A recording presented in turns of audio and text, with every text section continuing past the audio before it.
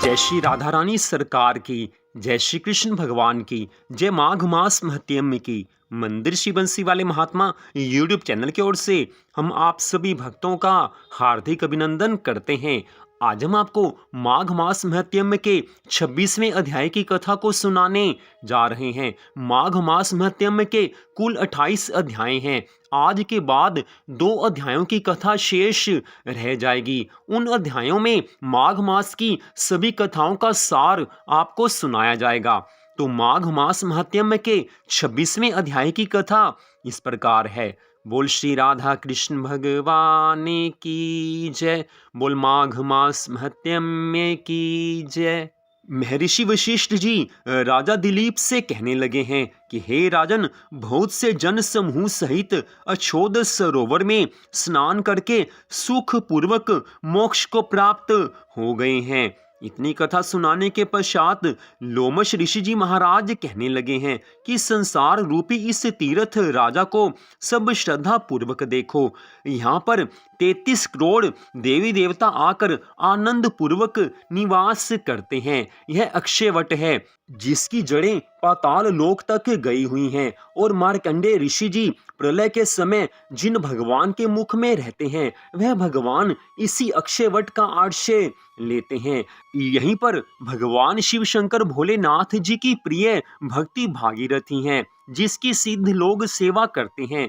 यह गंगा स्वर्ग के हेतु पताका है। इसका जल पीने मात्र से ही मनुष्य मुक्त हो जाता है। हे मुनि, सभी प्राणी इस गंगा जी को यमुना से मिली हुई पाते हैं। इसका संगम बड़े पुण्य से प्राप्त होता है। इसमें स्नान करने मात्र से मनुष्य भवसागर से पार हो जाता है। जिस प्रकार ज्ञान प्राप्त करके मनुष्य मुक्त हो जाता है, ठीक इसी प्रकार संगम में स्नान करने से मनुष्य मुक्त हो जाता है। यहाँ पर स्नान करने से सभी प्राणी बिना ज्ञान के भी मुक्त हो जाते हैं। इसलिए ब्रह्मा जी ने यहाँ यज्ञ करने की इच्छा की थी। इसी संगम में श्री हरि विष्णु भगवान जी ने स्त्री प्राप्ति की इच्छा से स्नान करके लक्ष्मी जी को प्राप्त किया है। यहाँ पर त्रिशूलधारी भगवान शिव जी ने त्रिपुर दैत्य का संहार किया था। प्राचीन काल में उर्वशी नाम की अप्सरा इसी स्थान पर स्वर्गलोक से नीचे गिरी थी तथा स्वर्ग प्राप्ति की इच्छा से यहाँ पर ही स्नान करने से नहुष कुल के राजा ययाति ने वंशधर पुत्र प्राप्त किया था। यहाँ पर देवराज इंद्र ने प्राचीन काल में धन की इच्छा से स्नान किया था और माया से कुबेर के सब धन को प्राप्त किया था। प्राचीन काल में ही श्री नर और नारायण ने हजारों वर्ष तक प्रयागराज में निराहार रहकर उत्तम धर्म का पालन किया था।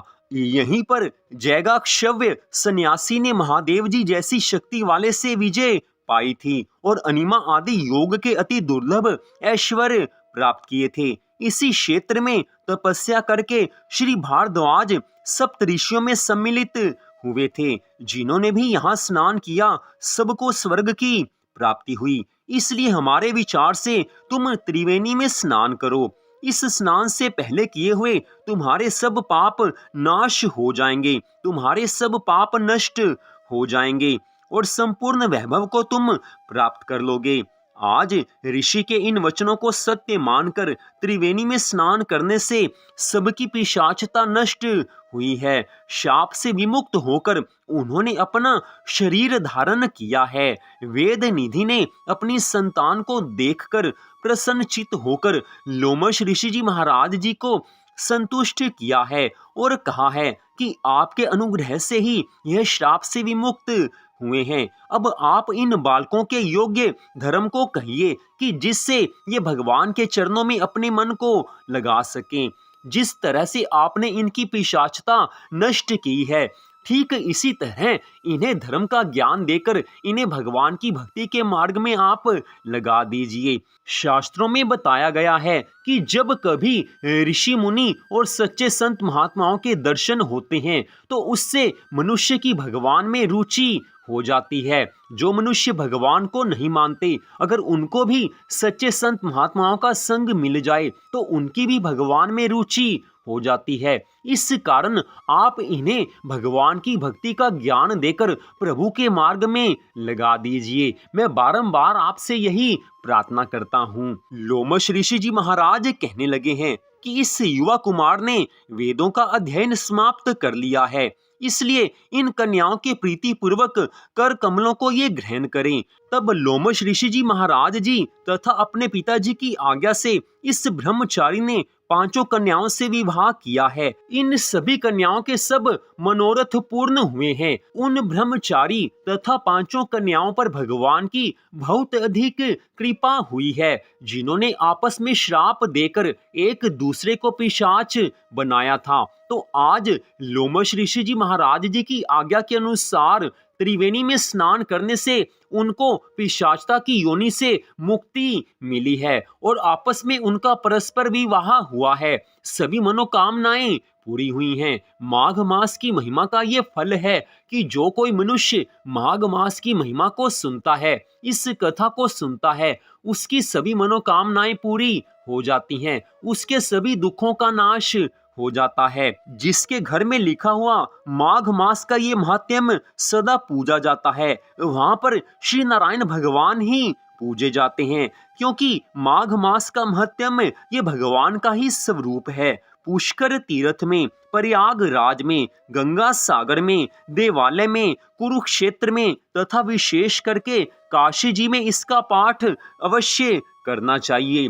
पुष्कर तीर्थ में ग्रहण के अवसर पर इसके पाठ का दुगना पुण्य फल मिलता है और मृत्यु के पश्चात वैष्णव पद को मनुष्य प्राप्त हो जाता है, अर्थात उसको मोक्ष की प्राप्ति हो जाती है, जो कि इस मनुष्य जीवन का परम लक्ष्य है। माघ मास की इस महिमा में स्पष्ट बताया गया है कि माघ मास में जो श्रेष्ठ मनुष्य भगवान के चरणों की भक्ति करते हैं, उनको भगवान की कृपा से सभी तरह के सुख प्राप्त होते हैं। थोड़ा सा सोच विचार करने की बात है कि भगवान की कृपा से मिले हुए इस मनुष्य जीवन में हमें क्या करना है। 84 लाख योनियों में सर्वश्रेष्ठ इस मनुष्य योनि को प्राप्त करके हमें भगवान के चरणों का आश्रय लेना है। संसार के काम तो हमें करने ही हैं। मनुष्य मात्र की यही इच्छा होती है कि हमारे संसारिक कार्य अच्छे से चलते रहें, हमारे परिवार में सुख, शांति और आनंद बना रहे, हमारे कोई काम नहीं रुके, हमारे घर में दुख नहीं आए, हमारे जीवन में दुख नहीं आए, हमारा कोई भी सांसारिक कार्य नहीं रुके, हमारी सभी मनोकामनाएं पूरी होती रहें। तो मनुष्य मात्र की यही इच्छाएं होती हैं। कोई भी मनुष्य इस धरती पर जब भी जन्म लेता है तो जन्म लेने के कुछ समय के पश्चात यही इच्छाएं सबके मन में होती हैं। तो भगवान की कृपा से इन इच्छाओं को पूरा किया जा सकता है, सुख संपत्ति आनंद की प्राप्ति की जा सकती है, दुखों को दूर किया जा सकता है। अपने पूर्व जन्मों के कर्मों के फल स्वरूप हमें सुख और दुख प्राप्त होते हैं, लेकिन अगर इस जीवन में हम शास्त्रों में बताए गए मार्ग के अनुसार, धर्म ग्रंथों में बताए गए मार्ग के अनुसार भगवान की भक्ति करते हैं, श्रद्धा भावना से भगवान के चरणों में मन को लगाते हैं, नियम पूर्वक भगवान की आराधना करते हैं, प्रेम भाव से भगवान की भक्ति करते हैं, तो हमारे पूर्व जन्मों के सभी पाप कर्मों के फल का नाश हो जाता है, जिसके फल स्वरूप हमारे जीवन में दुख नहीं आते। अगर आज हम दुखी हैं तो हमारे पूर्व जन्मों के पाप कर्मों का फल हमें मिला है,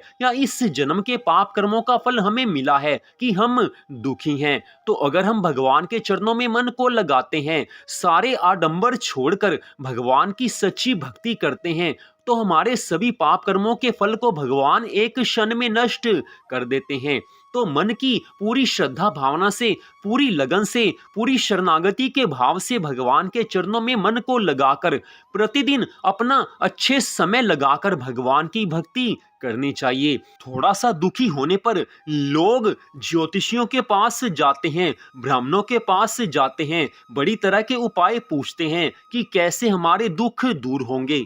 तो अच्छी बात है कि उपाय आप पूछते हैं, लेकिन सबसे बड़ी बात यह है कि अगर आप अपने जीवन में प्रतिदिन सच्ची श्रद्धा भावना से भगवान की भक्ति कर रहे हैं, प्रतिदिन आप श्रीमद् भागवत महापुराण की कथा का पाठ कर रहे हैं या सुन रहे हैं, और प्रतिदिन आप नियम पूर्वक भगवान की पूजा कर रहे हैं, भगवान के मंगलमय नामों का जाप कर रहे हैं, अर्थात पूरी श्रद्धा भावना से भगवान के चरणों में आपका मन लगा हुआ है, तो आपको अपने दुखों को दूर करने के लिए किसी और उपाय की जरूरत नहीं पड़ेगी। भगवान की भक्ति एकमात्र ऐसा साधन है कि जिससे आपके सभी दुख दूर होते जाएंगे।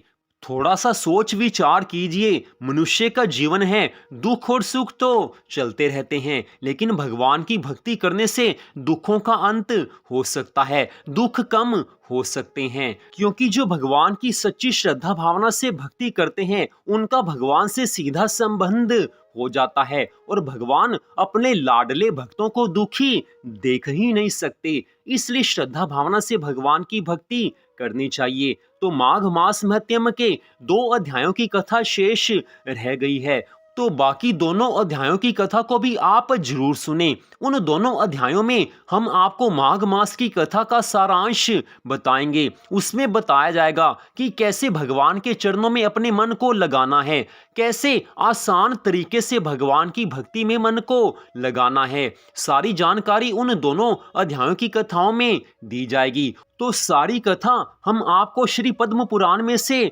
सुनाएंगे, तो उन कथाओं को भी आप अवश्य सुने। तो आज की इस कथा का यहीं पर विश्राम होता है। मंदिर श्री बंसी वाले महात्मा यूट्यूब चैनल की ओर से आज की इस कथा को सुनने के लिए आप सबका हार्दिक धन्यवाद। भगवान श्री राधा कृष्ण जी की माघ मास महत्यम की अनंत कृपा सदा आप सब पर, आपके परिवार पर बनी रहे। इसी मंगल कामना के साथ जय श्री राधा रानी सरकार की, जय श्री कृष्ण भगवान की, जय गंगा यमुना सरस्वती मात की, जय तुलसी माता की, जय माघ मास महत्यम की। जय जय श्री राधे, जय जय श्री राधे, जय जय श्री राधे श्याम।